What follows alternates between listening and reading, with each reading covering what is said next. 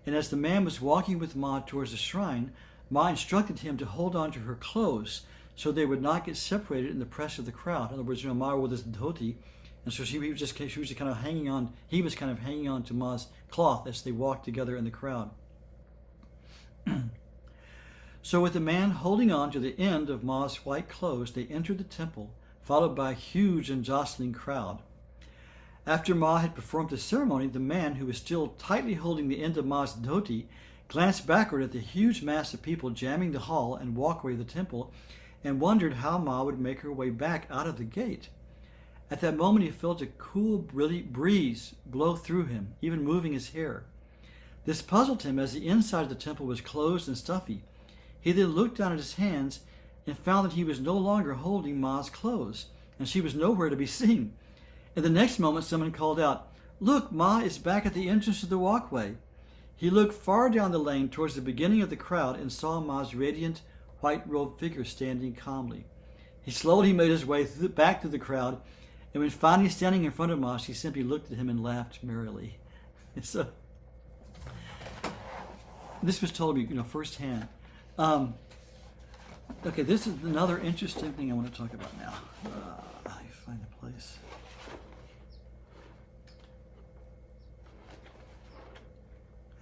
I was going to read this a couple of satsangs ago and I couldn't find it. I marked it now. Okay, here it is.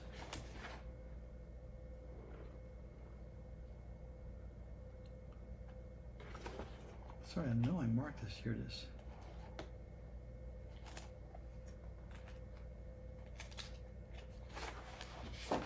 Okay. And there's an interesting connection between Anandamayi Ma and Lord Krishna. I mean, God is God, and we know this is one Brahman with different aspects manifesting. But so one person wrote a whole book about the connections between Ma and Krishna. And in particular, in Orissa Jagannath Puri, in the city of Puri on the far east coast. So people are familiar with that. It's a great place of pilgrimage. I've been there twice. Right on the seashore. And there's an ancient temple of Lord Krishna in the form of Jagannath, Lord of the universe, in this very interesting form with these big eyes. And he's considered the most holy temple in India. And I told one time how Swami Bhaskaranandaji, who was Ma's main Swami, who sent me back to India in 2001, once told me the story firsthand. He traveled with Ma for years and years. He was Ma's right-hand man. And he told me the story how one time they were in Puri, and Ma, in the middle of it, Ma slept very little. In fact, she said once, "When you see me lying down, it looks like sleeping. I'm communicating with the people who don't have bodies who come to me to talk to."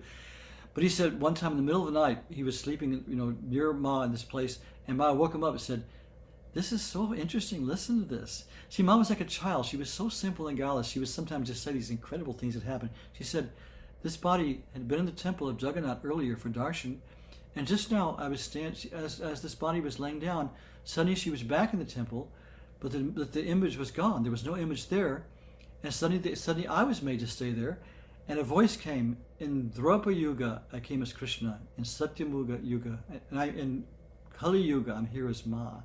And she laughed and she said, "What do you think of that, Swamiji?" So there's this interesting connection between Ma and especially Jagannath. Okay, so here's a few interesting facts along that line. While staying and you've heard of the Ratha Yatra, it means when they pull the beautiful image, normally they don't let foreigners into the temple, but in July they have a big festival where I think hundreds of thousands of people come, and they pull the murtis in a chariot through the streets, called Ratha Yatra, the chariot festival. While staying at Puri during the Ratha Yatra ceremony, the aged Didima, that's Ma's mother, told Ma remorsefully that her desire of personally touching Lord Jagannath remained unfulfilled. Showing her own body, Ma said, "Touch this body, and in doing so you will touch Jagannath." These are Ma's own words. And those who kind of aren't familiar with the way Ma spoke, this is not Ma's way of speaking. She was always just the embodiment of humility. People would ask, "Who are you, Ma?" She would say, "I'm your little child. I'm your little girl," And they would press her, "Aren't you divine?" She would just say, "We're all divine." She just never, touted herself. So on these rare kind of historical occasions where she reveals certain things, it's really amazing. Well, here's another one. It's in the same subject. In 1940, Ma was not well, so she was in Puri to rest. We have a small ashram there. Lots of devotees were there as usual. From there, she went for a few days to Bhubaneswara. When she was away, a few devotees went to the Jagannath temple for darshan in Puri. One of the devotees was Majhal Didi, a respected elder devotee of Ma. As they entered, they were very startled to see Ma in person inside the temple.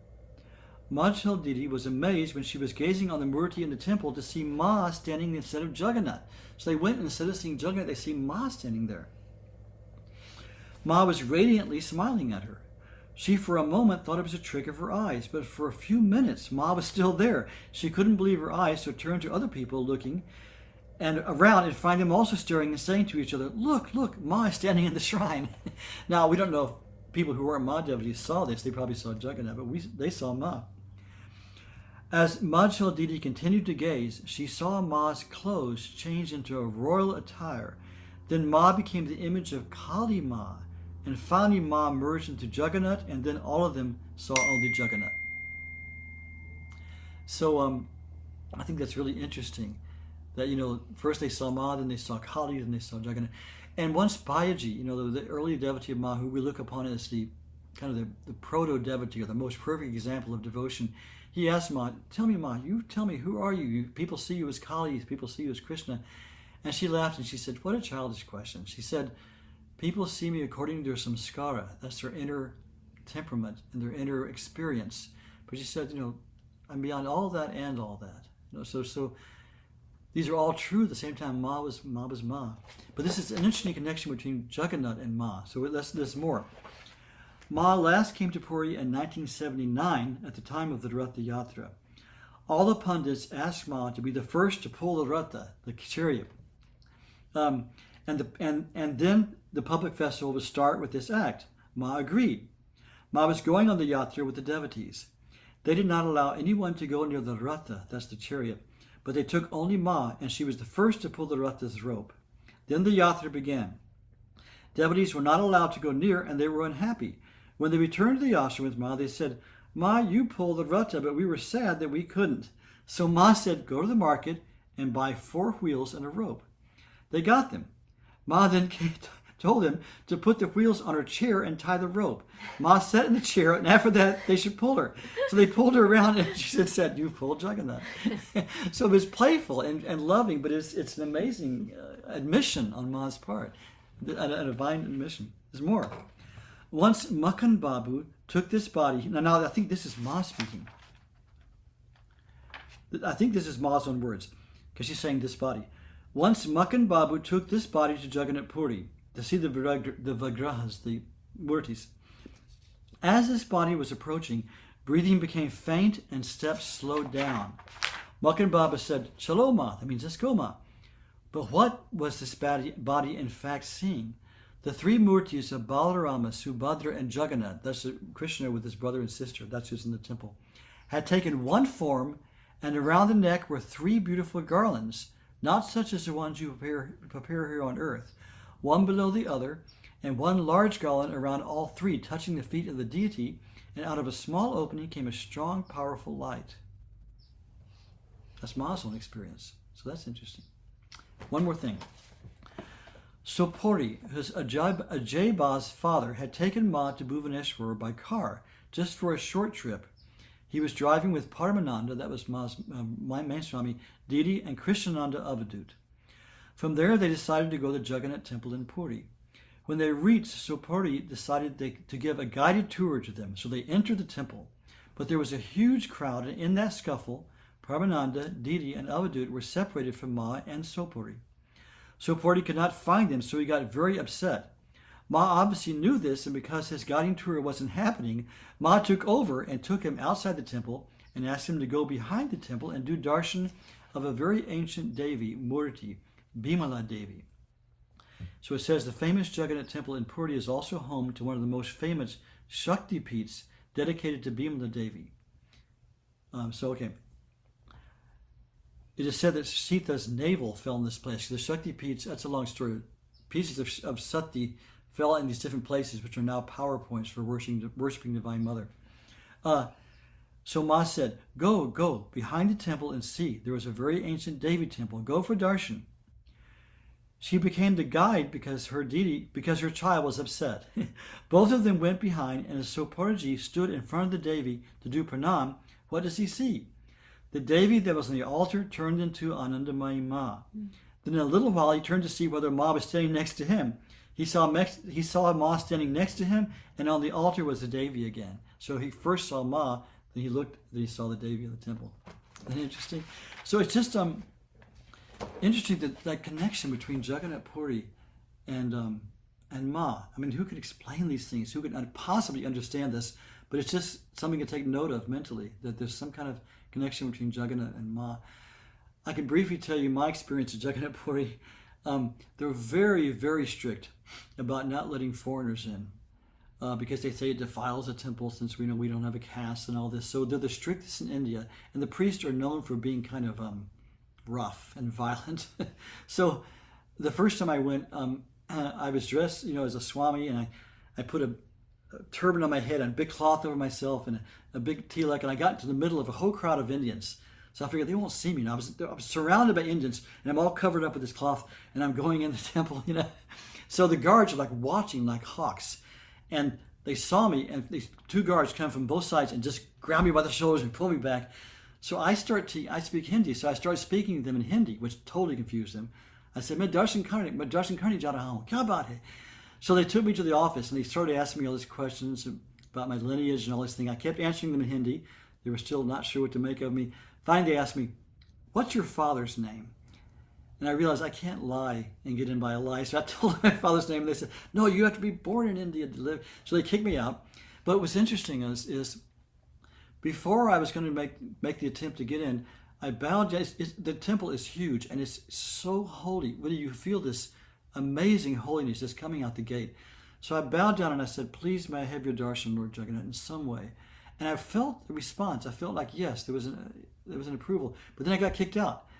So then a couple of days went by, and I was in Calcutta, outside of Calcutta, and some friends took me to this little temple. They said, "You have to see this little Jagannath temple. It was made by a devotee centuries ago during the time of Chaitanya Mahaprabhu. He was a low-caste devotee. He went, and they kicked him out of the temple because they wouldn't allow him in. So he went up on a hill overlooking the temple and was sitting there weeping that he couldn't go in. And Lord Jagannath appeared to him and said, 'You found the temple on the banks of the Ganga, and I'll live there also.' So he went, and with the help of this disciple of Chaitanya, he founded this temple.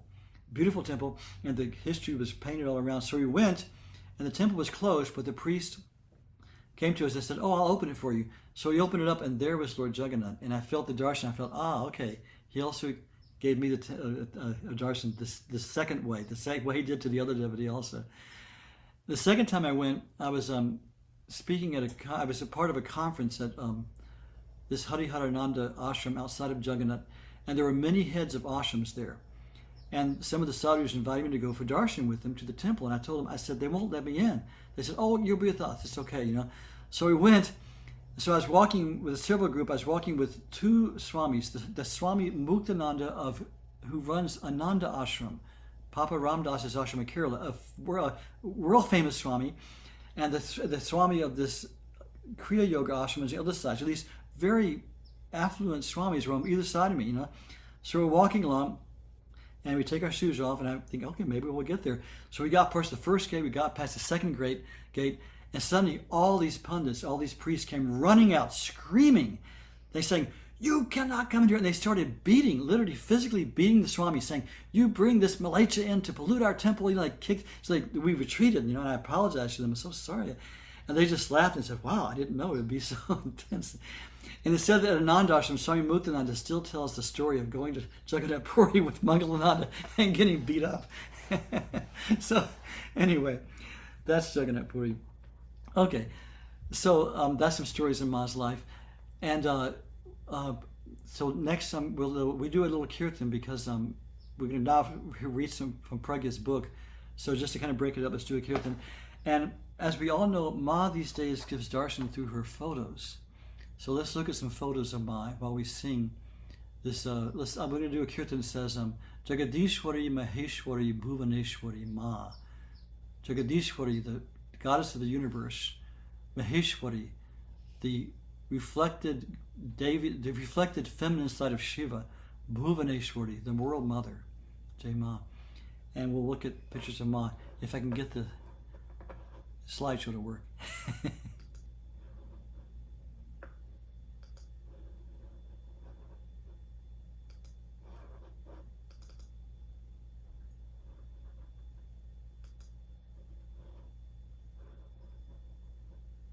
That's Ma with her parents. This Ma at her birthplace.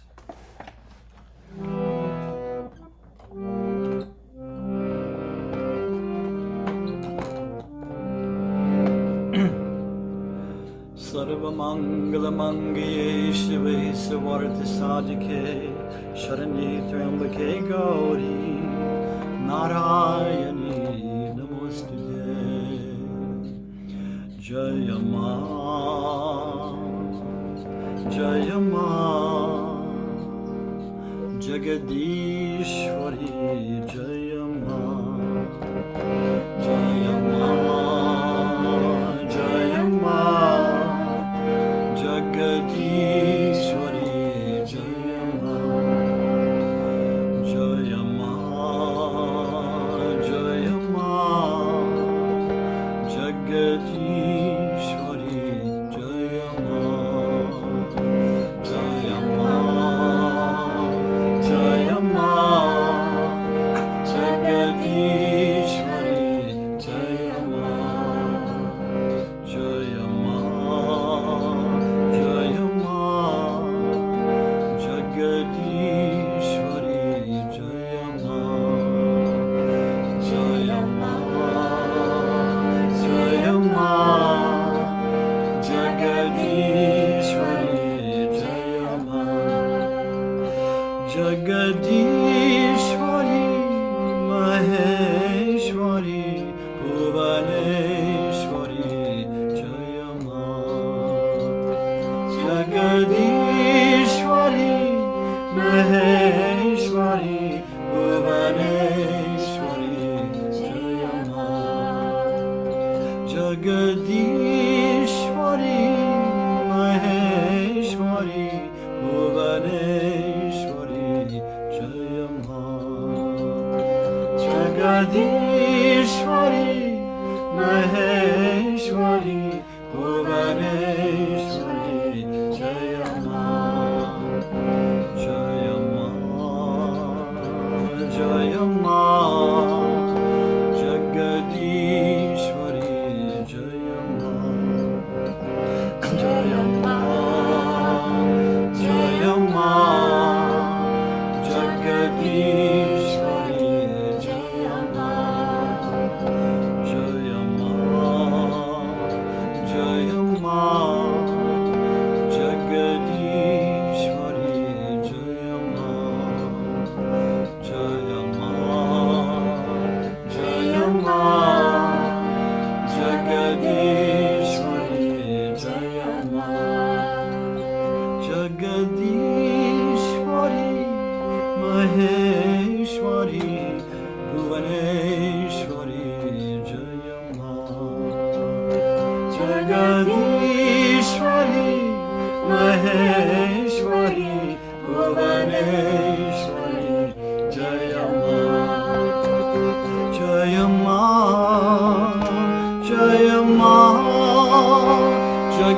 Jagadishwari Jaya Ma Jaya Ma Jaya Ma Jagadishwari Jaya Ma Jaya Ma Jaya Ma Jagadishwari Jaya Ma Jaya Ma Jaya Ma Jagadishwari Jaya Ma Jagadishwari Maheshwari Bhuvaneshwari Jaya Ma Jagadishwari Maheshwari Jagadishwari, Bhuvaneshwari, Jaya Ma. Jagadishwari, Maheshwari, Bhuvaneshwari, Jaya Ma. Jagadishwari, Maheshwari, Bhuvaneshwari, Jaya Ma. Jaya Ma, Jaya Ma. Jagadishwari, Jaya Ma. Jaya Ma, Jaya Ma. Jagadishwari, Jaya Ma. Jaya Ma, Jaya Ma. Jagadishwari, Jaya Ma. Jaya Ma, Jaya Ma. Jagadishwari, Jaya Ma. Jagadishwari, Jaya Ma. Jagadishwari, Jaya Ma.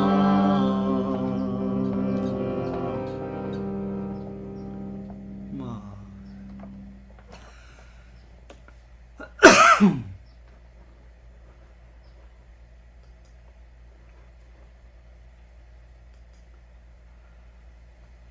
So, our Pragya Hallstrom, who is the head of who runs our ashram in Massachusetts, is usually my co-host and reads from her book. But we should keep her in our prayers because she's been very ill with COVID, and her husband Ted, who's like 85, got double pneumonia, was in the hospital, and then he came out of the hospital. Now he went back in. So anyway, the two of them, he came back today for a second time, and so she's not able to be here today. So please let's keep her in our prayers.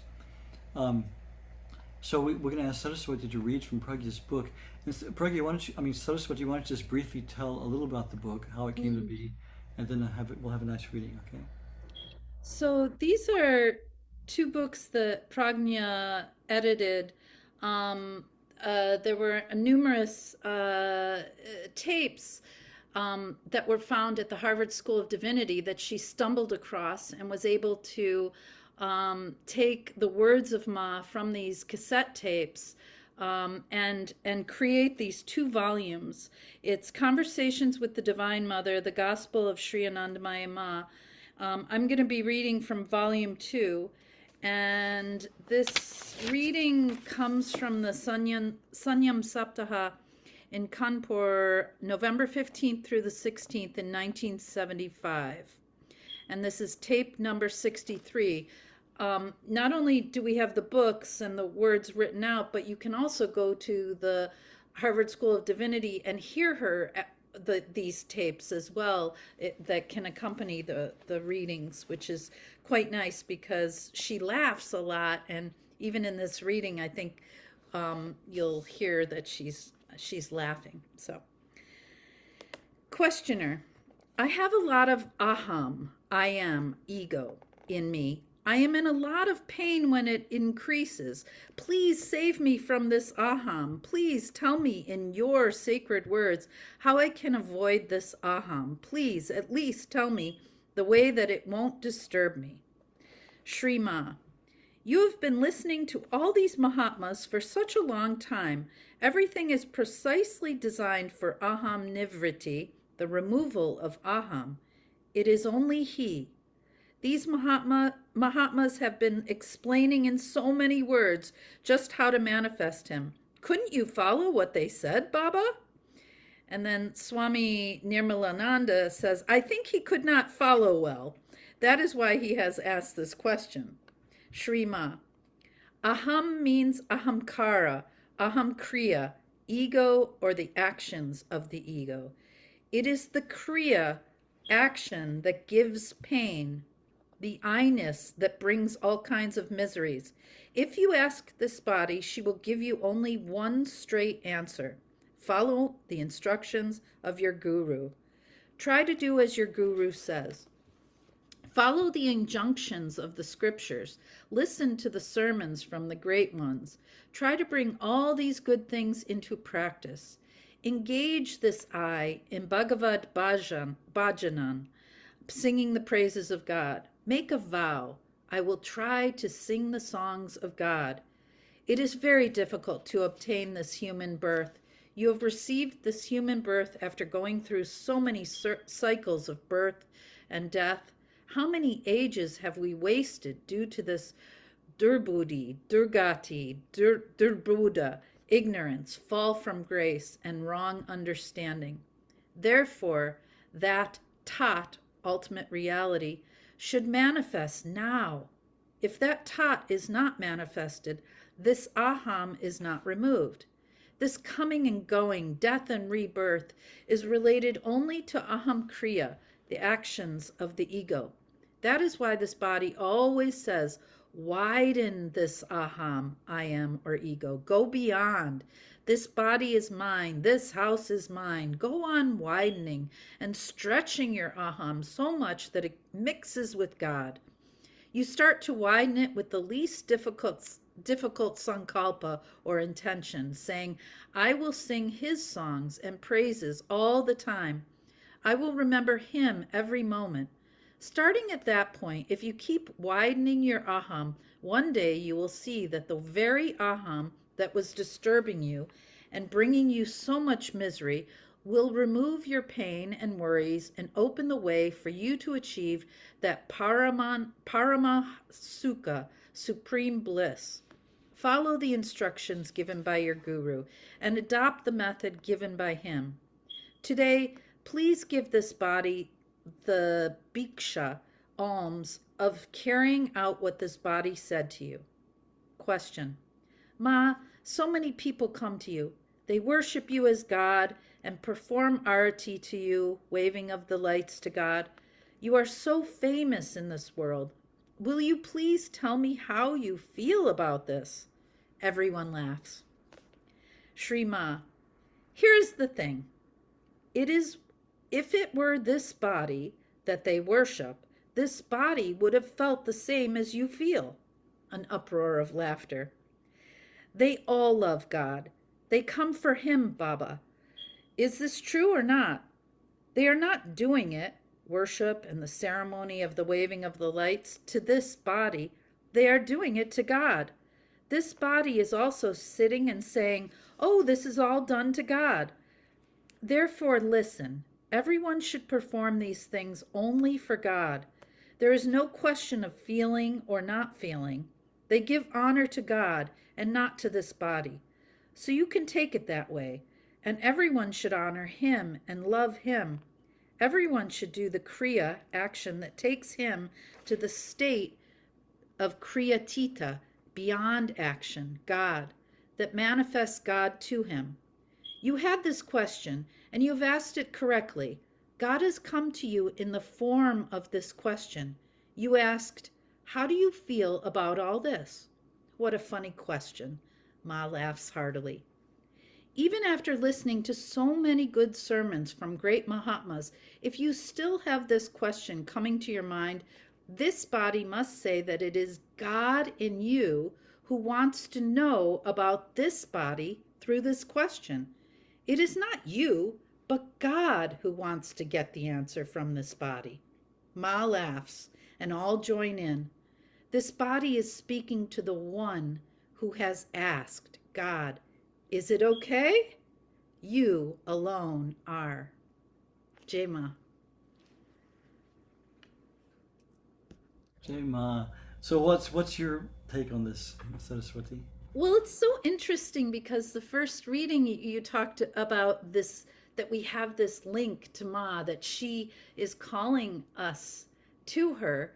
But what's interesting in this reading, she's saying that which is that is called to, or that is reaching out to her, is that, right? It's so fascinating. I just love that these are somewhat connected, these readings. Yeah. We see that Ma always spoke from this uncompromised state of non-duality. She always just talks about, it's only God I'm speaking to, only God speaking, only God listening. She just, because that's what she's perceiving, just non-duality at all times. But then she recommended usually devotion, which in a sense is dual. But Ma doesn't say anything new that hasn't already been said in the scriptures by the different saints, but she has such a sweet way of saying it. What struck me was when she talked about the aham is the ego sense, the separate ego. She says, that all our suffering comes when we keep acting from this sense of separate ego. I am a separate person from everything else, and I want to complete myself by doing all these selfish things and adding more to myself and getting more money and doing this and that. And she says that's the aham kriya, acting according to the ego. And that's where all our suffering, all our bondage comes from. And her prescription to get rid of it is widen the aham, which is a beautiful concept. Widen the sense of I, the sense of separateness. Because right now it's just I am this little body, I am this little mind, this little story that I have of myself. And it can be a slow process, but it can happen through many ways. Back in the days of Mahatma Gandhi and the freedom fighters of India, many of the freedom fighters came to Ma for blessing, said, please bless our movement to free India from the British. And Ma would never get involved in politics. She would always just says, if this is happening, it must be God's will. But she did say, it's a good thing that you're identifying now with the nation, because that's widening your aham. You're first thinking of just me, maybe me and my family, and that's it. But now you're thinking of our nation as a whole, the nation of India. So you're widening the aham. But if you look at her prescription for this illness of ahamkara, she says, by remembering God, that's how it's cured.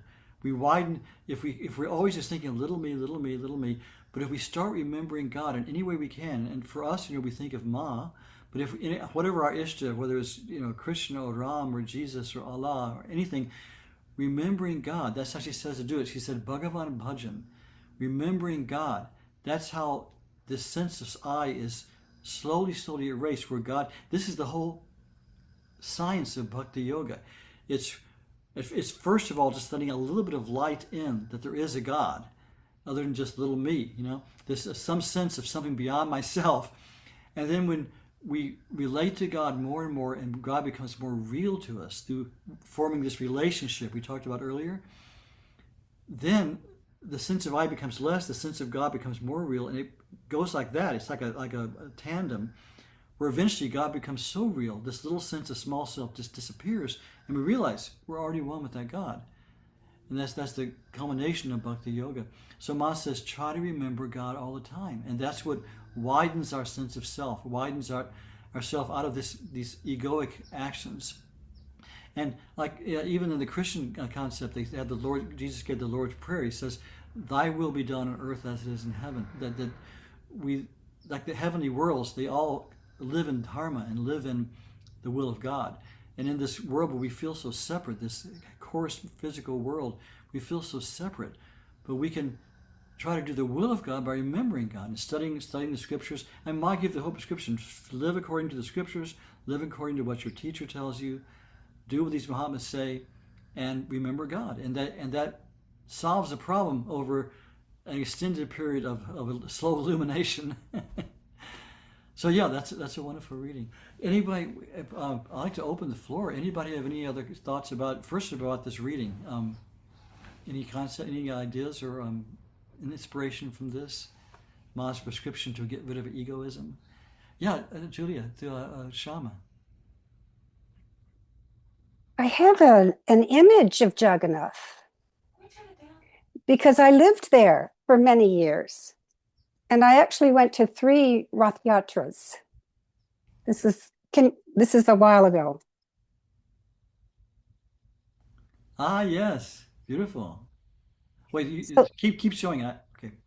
So this is on silk, hand painted. You're not getting a reflection. Are you seeing that? You seeing it? Yeah, okay. we can see it.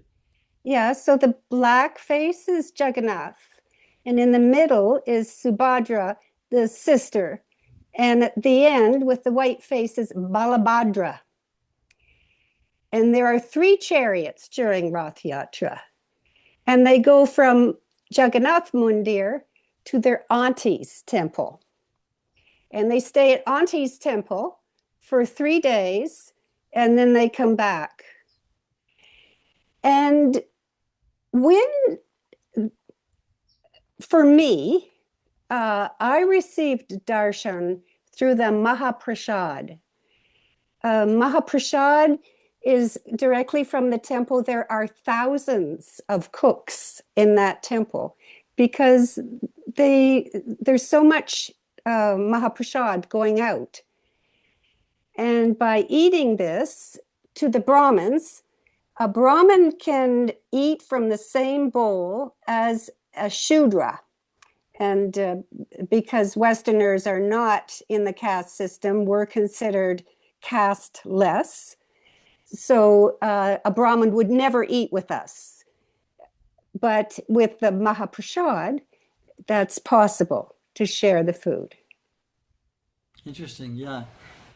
Yeah, they say that the Jagannath Prasad is the holiest thing on earth. Sri Ramakrishna said the three holy things are the dust of Vrindavan, the Prasad of Jagannath, I think it was the Ganga was the third, you know. So yeah, I was staying at Ma's ashram in Jagannath Puri, and I was Oh, right beside on him. right beside the Smashan. I lived in Puri. So, but I went there every day to see a Agora who was living there at the Smashan. And Ma's ashram, is that the same place where you went? I think Right so. There's a next. cremation ground right next to it. Yeah, Yeah. interesting. Yeah, the form of Jagannath is very symbolic. It has these strange big eyes. That was just a depiction, but it's it's kind of this large teardrop thing with these big eyes. It's very symbolic and it's strange, but when you learn to relate to it, it's a very interesting form of God. And there's some kind of connection with Ma. Who knows what? Yeah, You know, every yeah, Shama. 12 years he's recarved. And so he's wood. He's a very large image made out of wood. And every 12 years it happens again. And something secret is transferred from the heart of the old image to the new image. And it's never exactly known because a very old man usually does this transference and dies shortly afterwards. Interesting. Yeah, yeah. Huh. And the person that begins the Rath Yatra by going up and sweeping the floor of the Rath in front of Jagannath is the king of Puri, somehow related to the king of Nepal. Both Vaishnavite, obviously. Interesting. The Vaishnavas in America, actually all over the world, the ISKCON people have this festival every year in August. I pulled it in San Francisco and in LA. And one time, Swami Gurushonan and I were in Germany somewhere. We pulled the Jagannath chariot through the streets of Heidelberg or something like that. Oh, yeah, yeah. So the last time I saw Ma, that I was close to her, and she asked me in Bengali, where have you been? And I said, Ami Purte Jage. I've been in Puri. She said, oh, that's very good. It's a beautiful to know how close she was with Puri. I'm so grateful for you talking about Puri. Oh, that's nice. I forgot that you lived there for so long. It's really nice. Beautiful. Well, as a Canadian, I didn't need a visa. Interesting. Commonwealth. Shama also received Diksha from Ma, so that's a beautiful thing.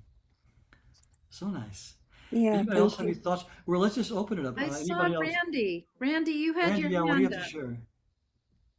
Yeah, that was a beautiful story, and the silk, was it, what would you say? Is it a painting or is it just a? Yeah, it's a painting. Yeah, so beautiful. This is the Orissa work, now referred to Odisha work. And they're very famous for their dance as well, Odisha dance. So I have a question that I don't know if this is obvious or not, but what do you feel is Ma's relationship to being a Nani, Jnani, because she resides in the self, but seems to be bhakti. it's, do you know what I'm asking? No, define the term Anani. I'm not sure what Well, the like, Ramana Maharshi is Nani, he was, it's in Jnani. Jnani, yes, yeah, so yes. I didn't Yeah. think I was pronouncing it right, but yeah. So I just, I mean, there doesn't have to be a distinction, but I've been wondering about, I mean, she abides in the self. So seems to be both jnani and bhakti, or Yeah. she's, I mentioned that earlier about how had this uncompromising view of just total non-duality. She said, "There's nothing but God here, at any time." She said, "For this body, there's not a possibility that a second exists. It's only the one." So she was speaking from this platform of jnana, knowledge. But then, like I mentioned, the practices she usually recommended were bhakti practices, devotional practices, because it just seems, they say in this Kali Yuga that we're in, this age we're in, the Bhakti Yoga path is the safest and easiest to practice. But I mean, everyone came to Ma, and no one received the same advice from her as somebody else. She had specific advice for each devotee that they needed, and she would guide some people in that self-inquiry path of Vedanta. But she would usually say the name of God, be devoted to God, remember God. And she said many times, both these paths, the jnana, bhakti, and karma, the path of action, they end in the same place. It's just according to a person's temperament. Some people are very kind of intellectual, and they prefer the path, the non-devotional path, like the Buddhist path, more. And some people are more, heart-centered. They prefer the bhakti path. But Ma definitely professed both, and she was, you could say, jnani, one of knowledge. Yeah. yeah. I've heard it described that a bhakta experiences what a jnani uh, experiences, at the end of their studies. They like get that devotion or that realization, or a bhakta has it along the way in the in their relationships or in the world. That's what Yeah. I've heard it described as.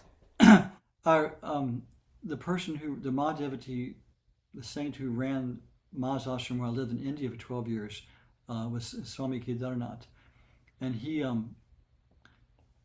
was raised, so to speak, in Vedanta. He had a Vedanta guru. He was very intellectual. He studied Vedanta. He had no feeling of devotion. And he said the first time he saw Ma, he looked at her and he realized this is God. There's a whole story about how he was in the hall at Hadwar. He looked way across and she was sitting there, and she revealed herself immediately. And he started weeping. He realized this is God. And he said from that time on, the sweetness of her presence just inspired so much devotion in him. He said it was just like welling out of him like a river. He had been dry before. So he went through bhakti through jnana, which is interesting. Um, yeah, so I mean they're both valid paths, and to this, Ma talked about the synthesis of the yogas. She said a person by their temperament will have a inclination towards one type, like it'll be either bhakti or jnana, but you combine them. She said, if you're devotional, you have to have some kind of uh, um, inner experience, or turning the mind inward, which is jnana, to practice devotion. And to do devotion, you have to, it goes back and forth. You have all of them combined. You have an emphasis on one, but they're all being combined because they're all useful and they all lead to the same place. Yeah. Does that answer your Thanks. question, Randy? Yeah, it does. I wanted to hear what you and whoever else were just what your thoughts were, because I've been really pondering it since I've been reading some I Veda, is it, I some my words, some of the Vedantic Yeah. and and meditating on it, and just I know that Ma resides in self, and but just her teachings are bhakti. Yeah. Yeah. Yeah. It's a good combination. Yeah. Atmagyani is a one who knows the self. I was once in Rishikesh with some people from our ashram, and we met this wonderful saint named Swami Hamsananda, who was he was an old man, stark naked, just sat in his ashram all day, stark naked. He was like Ramana Maharshi, just a great jnani. And one of our members of our ashram asked him, um, are you an Atmagyani, which means a knower of the self? And he looked at him and he said, well, I am the self, and I do know that, so I must be an Atmagyani. Ha!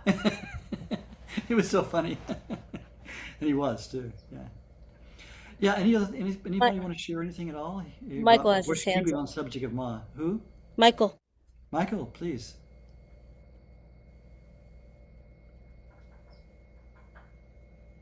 Be sure to unmute. Yeah, can you hear me now? Yes. Okay. There's a short passage from this book, The Goddess Whispers, that I'd like to read it, and it relates to the conversation we're having some. Please do, please do. Okay. For the people's information, what he's reading from is a book put together in our ashram, Masharanam Ashram, by Swami Guru Sharananda and a lot of the older boys during COVID. But since they couldn't do anything else during COVID, he had them bring all these extracts and their words, sayings of Ma according to subject. It's a beautiful book, just recently published. So yeah, please, Michael, please. It's an amazing book, and she does mention what Randy was her question about the relationship between bhakti and jnana and karma yoga in here. She covers it all here. But this one passage, she says, this heart is the divine's seat. God is always seated there. To understand the subject well, one must engage in spiritual practice, sadhana, bhajan. God is eternally on his seat. How can the honor of his seat be maintained if transient things which come and go are placed on it? The nature of transient things is to come and go, which causes pain in the heart. If the rightful occupant of the seat is not placed there and someone else is seated instead, suffering is inevitable. And that relates to Saraswati's reading, because it's the ego that's on the seat. Yeah. But the ego and also just physical things like, I love this thing so much, I'm just so in love with this thing. And that's so you put that in the place of God's seat in your heart. Yeah. Yeah. That's what struck me was the line, the nature of transient things is to come and go, which causes pain in the heart. Yeah, it's kind of like it's almost not so much the fact that we look to these outside things or get joy from them. It's that they will eventually go away and then we're going to be sad. Yeah. But we trust in God, we trust in a deeper place. We trust in that is never changing, then it doesn't cause us suffering. Exactly. Yeah, it's very well said, Randy. It's true. When we develop a spiritual practice and we find stability in that, and we do it every day, and it slowly grows and goes deeper, and it gives us a stability that then we can keep Ma in that place in the heart, and then we can use these things, because we need certain things. We enjoy certain things, but we don't let them take that place in the heart. In other words, they come, they go. We have them, we don't have them. It's fine. We don't get attached to them. But but if we keep God in that place in the heart, that's a beautiful reading, Michael. Thank you. You're welcome. When I read it, it felt a little bit intimidating, like a lot of her statements, because the bar seems so high, So I just wanted to see if anybody wanted to comment on it. Thank you. The bar is high. Yeah. Anybody have anything to comment on that or anything else?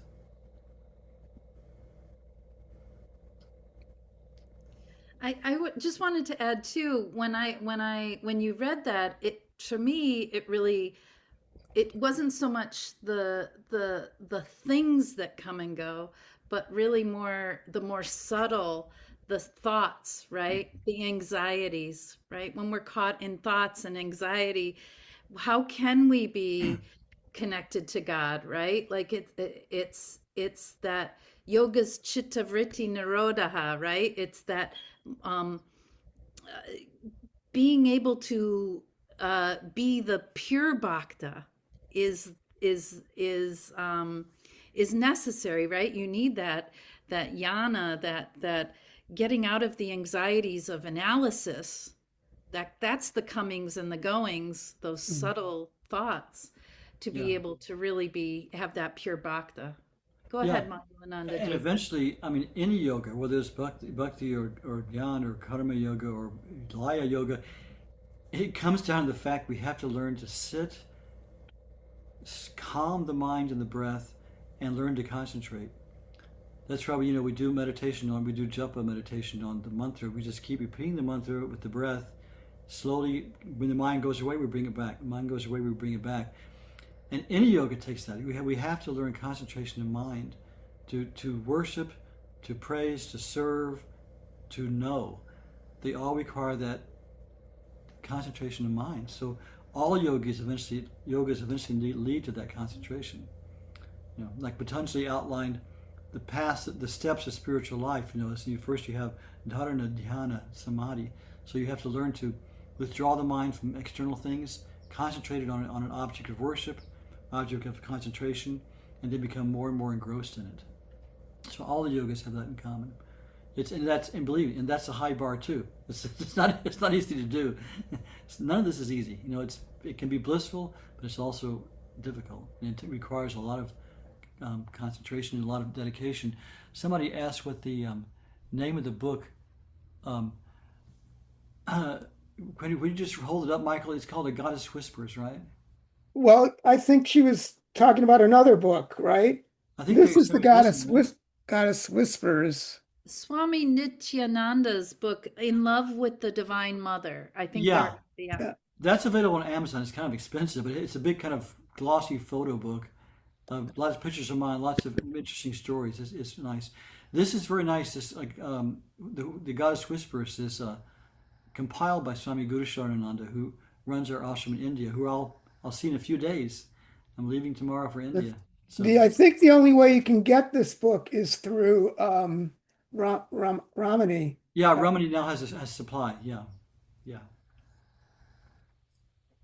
I saw that some of you guys were going to India in January, and I was wondering, is there like an event, and where are you guys going? Oh yeah, this is your first satsang. We've been talking about it for months. Our Ramani's a great devotee of Ma, and she's on our board of directors from this ashram, Ma's ashram in Massachusetts. Sorry, my mind's gone. So right now there's a retreat going on there. They started, I think, the day before yesterday. She had about 10 or 12 people, I think, who came, and they're there now. And I'll be there in a few days. I'm leaving tomorrow. But we'll be doing it again too. So keep in touch.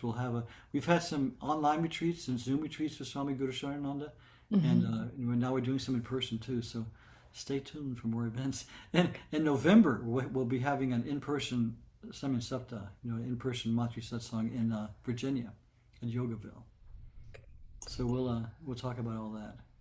Thank you. Lonnie has his hand raised too. And you are cordially invited. Open invitation to all. Lonnie had something to say. Lonnie, please. Okay, where to begin? Just one thing. It's just so funny that this happens several times where I've got this question in my mind, and you always seem to start talking along the line of that question. And the question is, can we say that Ma was primarily Vaishnava herself? But then you talked all about her connection with Jagannath and Krishna and all that, and that was just really interesting how you kind of brought my question without even me having to ask, almost. So it's just funny that way. Well, you can't you can't define Ma in any way, really. She was born in a Vaishnava family. Her mother was in a Vaishnava lineage. Her mother was a saint also. We called her Didi Ma. Um, but then she married Bholenath, who was a Shakta. And Bholenath complained because Ma was saying Hari Hari Hari, and he said, "You shouldn't say that. You're not a Shakta. You're a Shakta now." So Ma said, "Jai Shiva Shankara Bam Bam Hara Hara." So, I mean, her family lineage was both Vaishnava and Shakta. But I mean, you can't limit or define Ma because she was just in this state of divine consciousness. And she would Buddhists came to her and she would speak to them in Buddhist terminology, and Vaishnavas came to her, she would speak to them. Christians came to her, she would speak to them in Christian kind of lingo, you could say. So she didn't, and people say, "Ma, who do you meditate on?" And she would laugh and she would say, "I meditate on you." so, I think I've told that story before, how Ma had said that, and I experienced that one time at the Samyan Sapta, where we got to sit for a week with Ma sitting there all day right in front of us. We could talk to her. And we had an hour meditation morning and evening, and we'd be sitting there with our eyes closed. And I would peek, and Ma would be slowly looking at every single person in the whole room, just slowly, slowly letting her gaze go across every person.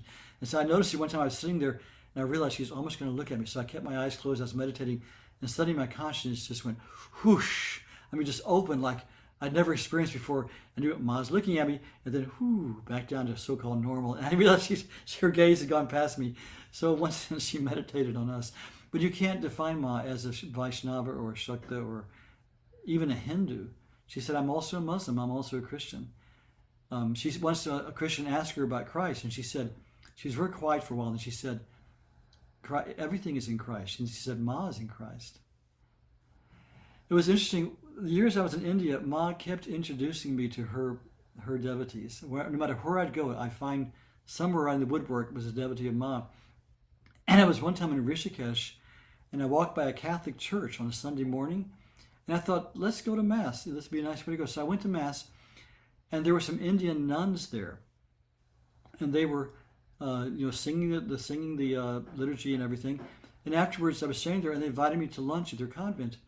And so I went to the convent, and we're sitting there eating. I look on the wall, there's a picture of Ma. I said, "That's my guru. Do you know Ma?"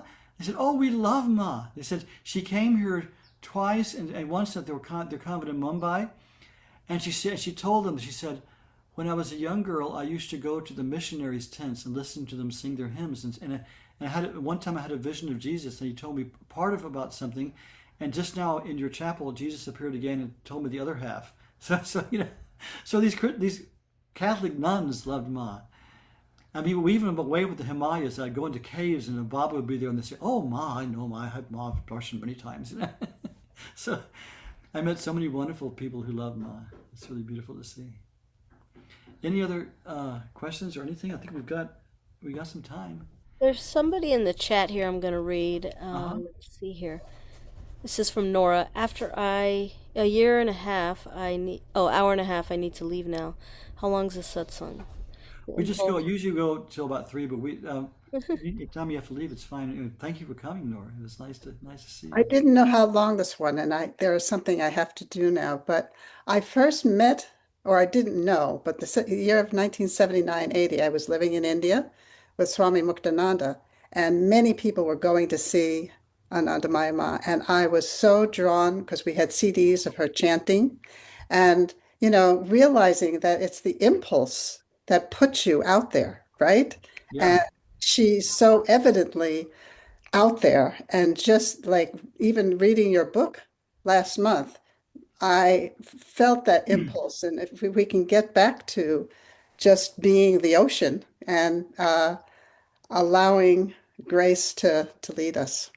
So I have to go. I'll be back hopefully next time. Very good. One quick thing, our Pragya, who didn't see today because she's ill, also lived in Muktananda's ashram, maybe the same time you were.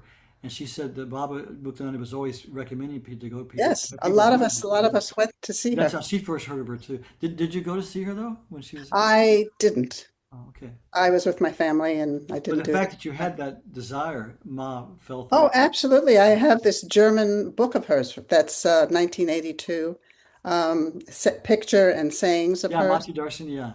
And I just love the joy that she lives in. Yes. She's Yeah. Anandamayi, oh, Yeah. permeated bliss. Nora, thanks for coming, and we'll be in touch. Thank you. Bye. Jai Ma. Beautiful. Well, should we meditate a little bit together, or any other questions? Yes. Um, yeah, I have one question. It's kind of a spiritual practice question. Is it more traditional, like when someone is basically using Ma as a mantra, to say, like an interiority kind of meditation with mantra? Would it be Om Ma versus Om Ma Anandamayi Ma, like a longer form or a shorter form? That's a good practical question. Basically, it's as the heart guides you. I know some people there's one man in Florida who talks to me occasionally. He said, I like to say Ma Anandamayi Ma, have that word. The mantra Om Ma is kind of our lineage mantra in a sense, and it was first. Have you read? Do you know who I say when I say Bhaiji? His name is Jyotish Chandra Roy. Yeah, okay, there you go. Yeah, Jyotish Chandra Roy was one of the original devotees of Ma, and he's looked upon as like the principal, guide to how to be devoted to Ma. And he initiated singing Ma's name in Kirtan because he said, we're singing Hari Bol, Ram Ram, Krishna Krishna. Why don't we sing to Ma? So he initiated, first of all, this hymn to Ma came, Jaya Hidaya Vasini, came to him all at once. And that's sung, and then he started singing Ma, Ma, Ma, Oh Ma. And then he's kind of the Rishi, you could say, of this mantra. He had this inner experience where he said, when you say Oh Ma, Ma's astral form literally forms inside of your mind. So that has a lot of power. Plus, a lot of devotees have said that. So they're all good, and it's as your heart directs. But Om Ma is also really good. And Ma, I know several people who Ma approved of them saying that. So they said, Ma, can we say Om Ma thinking of you? And she said, fine. This is also God's name. So she wasn't falsely modest. She was never touting herself, but she saw it all as God. So yeah. Om Ma is good, but again, if you want to say Om Ma, some people say Om Ma Shri Ma Jai Jai Ma Om Ma Shri Ma, but it's the word Ma. Even talked about how the word Ma is identical with Om. It's also, it has a vibratory basis in Om. Interesting. Does that help? Yes, absolutely. Thank you so much. Okay. And keep in touch. We had a nice Zoom conversation the other day. That's what I'm referring to. Yeah, it was very meaningful. Thank you so much. Good. Any other questions or anything else sharing? I'd love to know just how people came to Ma. I don't know everybody's story, how people first got touched by Ma. If you want to share that, or everybody's very quiet today. Okay, well let's a few minutes. Let's just meditate together. Okay, let's do what Ma practiced. I can kind of lead us through it so we can all stay together. So, we sit quietly, but we try to keep the spine straight so the energy flows up, but the body's very relaxed. I wish I had my book here. There's one saying that Ma described the whole thing perfectly, but I will go through it. So we sit quietly, let the body settle, let the mind settle. And we make sure the mind is immersed in the present moment. As we just let go of the past, let go of the future, feel ourselves in the spaciousness of just right now, just what's happening in this moment.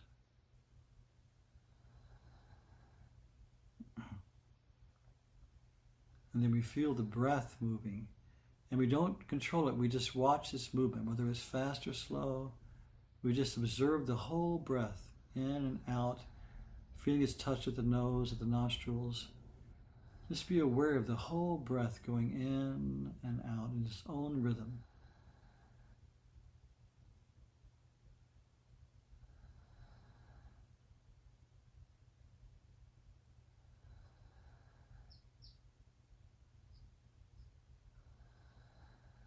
Let the mind sink down into the breath.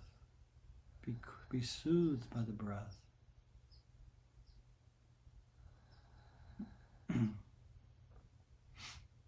And then we add to the breath mentally, whichever mantra we use. It can be long or short. You might want to break it in half. For instance, if we're saying Om Ma, with the natural rhythm of the inward breath, you mentally saying Om Ma. As we exhale, Om Ma. Inhaling, Om Ma. Om Ma. And we let the mind just be the mantra and let it just drop it into the breath. So the mantra vibrates with the breath, moves the breath itself.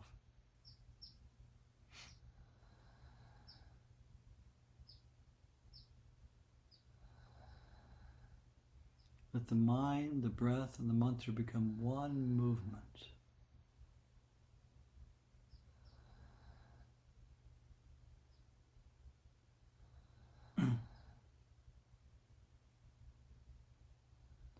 And then the important thing is we add our whole feeling part of our nature. We don't just do it mechanically. With each repetition, let it be a prayer. Let it be full of whatever bhav comes up, whether it's longing or gratitude or love or just feeling the presence. Let there be feeling connected with it. So each repetition is done with deep feeling from the heart.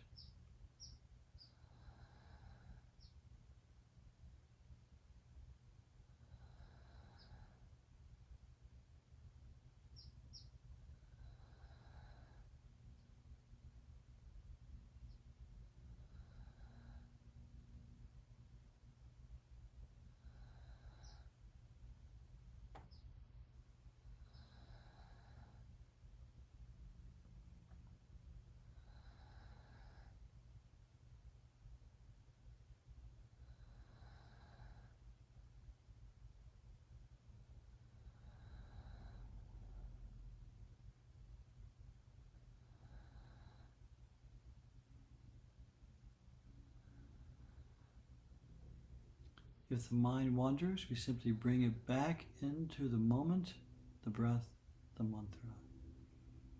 Again and again, we bring it back into the moment, the breath, the mantra.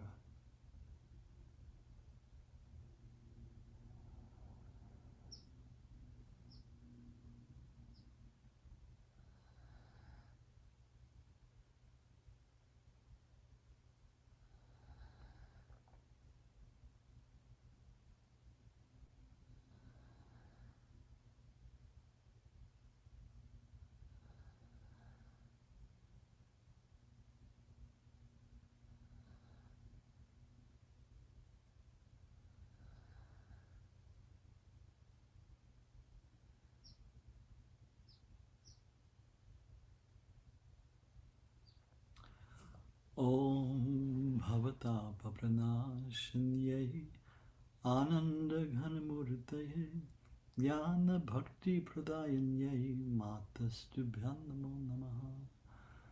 O you who take us across this sea of becoming, who art the embodiment, the murti of bliss.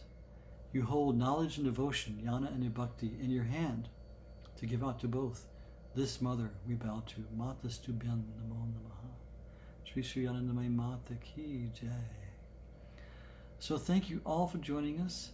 Please do join us next month. I think it's the 15th of February, which is also Mahashivaratri. I will be in India, so it'll be led by Saraswati, and the way that Ma inspires her to do it. It's totally open, however Ma inspires you. But we please come and support Saraswati in her offering of this meditation on Ma. And good to see everyone, and hang in there. If you want to say unmute and say hi, that's always nice. Safe travels. Thank you. Yes, Jay Ma, thank you so much, all of you, for being here to make this event. It's really nice. It really is true. We really have a community now that's building more and more. Thank you so much. Safe travels. Yeah, Hey, Ma. safe travel. If anybody's also interested, Ramani's posting on Instagram all her time in India. So she's got posts there every day of everything. So I've been following along with her trip on Instagram. Good. That's really good. Yeah, I think they're in the Jai Ma, third day of the everybody. retreat now. Yeah. Okay, Jai Ma, see everyone again soon, I hope. Remember, Jai Ma, Ma Jai said Ma. throughout the day. Jai Ma. Remember God Jai throughout Ma. the day.